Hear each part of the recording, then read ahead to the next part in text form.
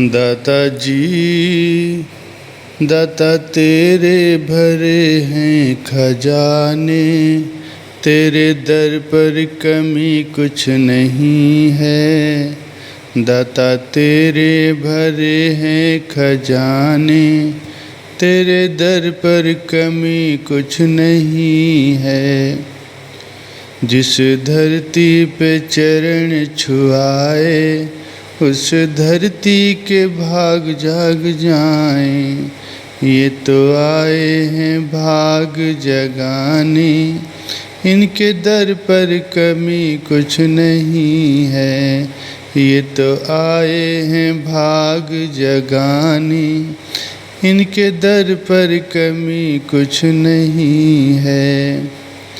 मेरे प्यारे गुरुमुख सज्जनों, यदि कोई व्यक्ति दलदल में फंस जाता है तो वह स्वयं को बाहर निकालने के लिए चाहे जितना जोर लगाए, लेकिन वो अंदर ही अंदर और धंसता चला जाता है। जब तक कि उसे कोई अन्य पुरुष आकर सहारा न दे, बाहर न निकाले, तब तक वो दलदल में ही फंसा रहेगा।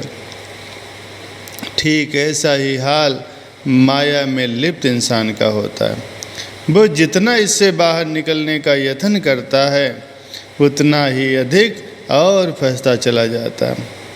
जीव को इस दलदल से मुक्ति दिलाने की सामर्थ्य केवल संतों के पास होती है।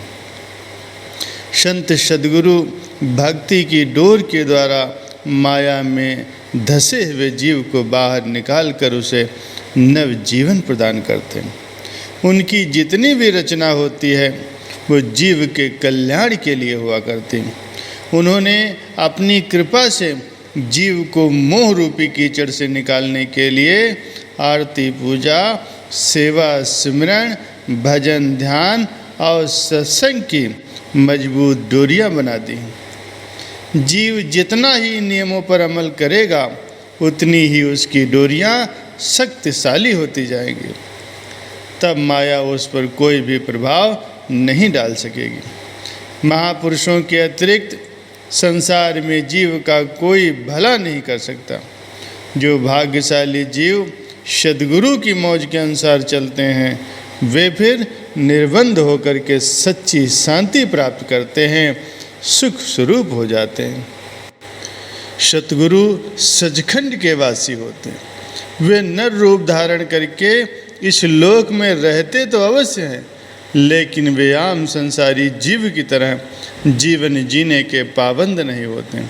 वे शरीर से ऊपर उठे होते हैं और रूहानियत के बादशाह होते हैं। अपनी मौज से अपनी रूहों की संभाल करने के लिए अनामी लोक को छोड़कर धरा धाम पर अवतरित होते हैं। जो जीव उनके संपर्क में आकर अपनी सूरत को एकाग्रचित करके श्री चरणों से जोड़ लेते हैं, वे उनसे रूहानियत का फैज प्राप्त करते हैं। ऐसी विशेष रूहों को ही वे अपने लोक में स्थान प्रदान करते हैं।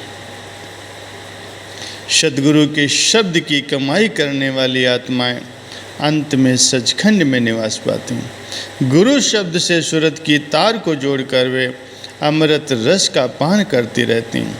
उन पर माया का विष कोई प्रभाव नहीं डाल सकता।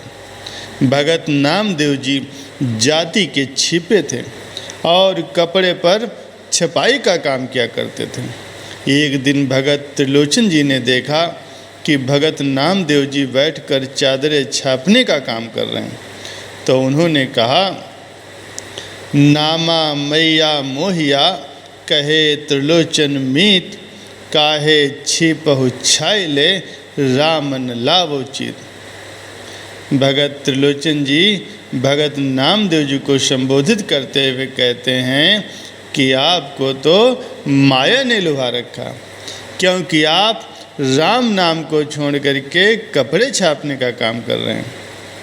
लेकिन भगत नामदेव जी की सूरत तो गुरु शब्द से जुड़ी हुई थी।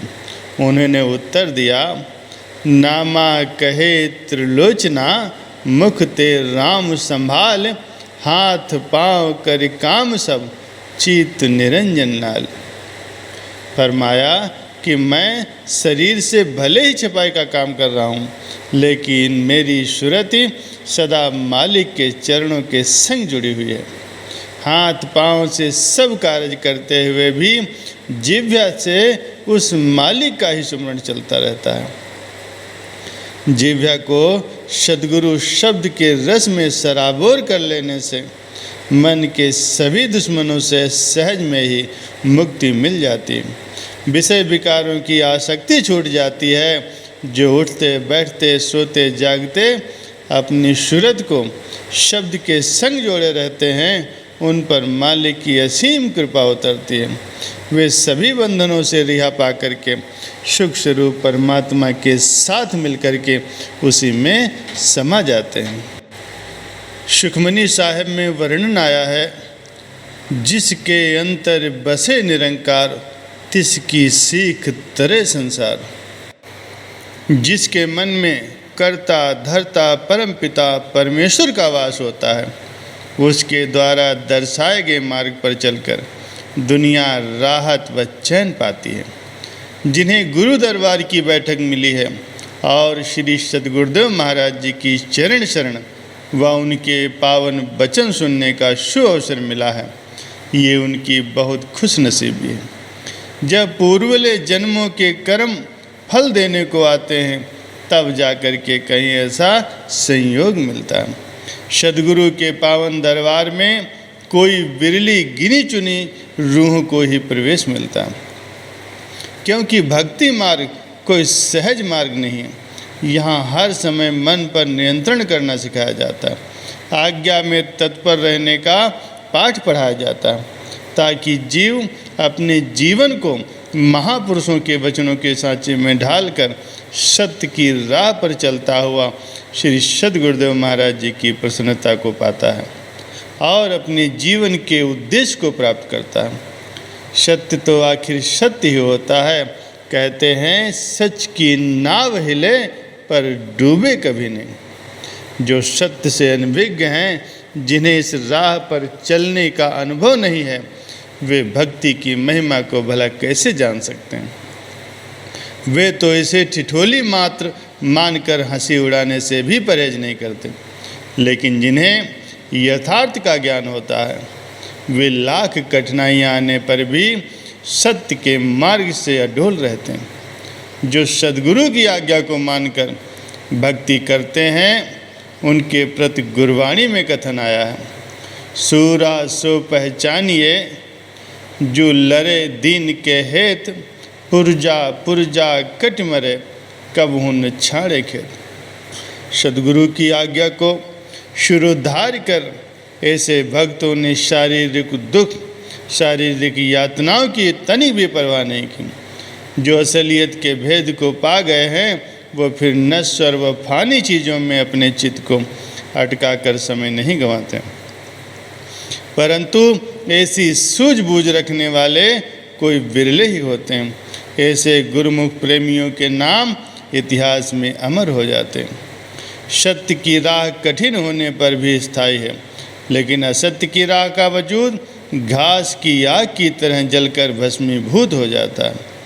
पांडवों की सेना थोड़ी थी, लेकिन पांडव सत्य पर अडिग थे। कौरवों की सेना का कोई अंत हिसाब नहीं था, लेकिन वे असत्य का दामन पकड़े हुए थे। इसीलिए विजयश्री उनको न मिलकर पांडवों के पक्ष में आई। इसीलिए नेक नियत व दृढ़ निश्चय से जो सत्य का सहारा लेकर चलता है, सत्य उसकी हर पल हर पग पर सहायता करता है। समय आने पर सारी दुनिया उसी का ही यशोगान गाती है। सतगुरु साहित्यकारी नहीं, जो सत्य की राह दिखावें, जड़ चेतन की खोल गांठ असलियत का भेद बतावें। देकर ज्ञान हकीकी, पर्दा अज्ञानता वाला हटावें, करके हाथ कृपा का अपनी जीव से ब्रह्म बनावें। पल में ही हर मुश्किल को कर देते आसान सतगुरु, निज घट में दिखा देते धरती और आसमान सतगुरु। सारे जहां में नहीं देखा इनसा कोई दयावान सतगुरु, जर्रे जर्रे हर घट भीतर हैं विराजमान सतगुरु।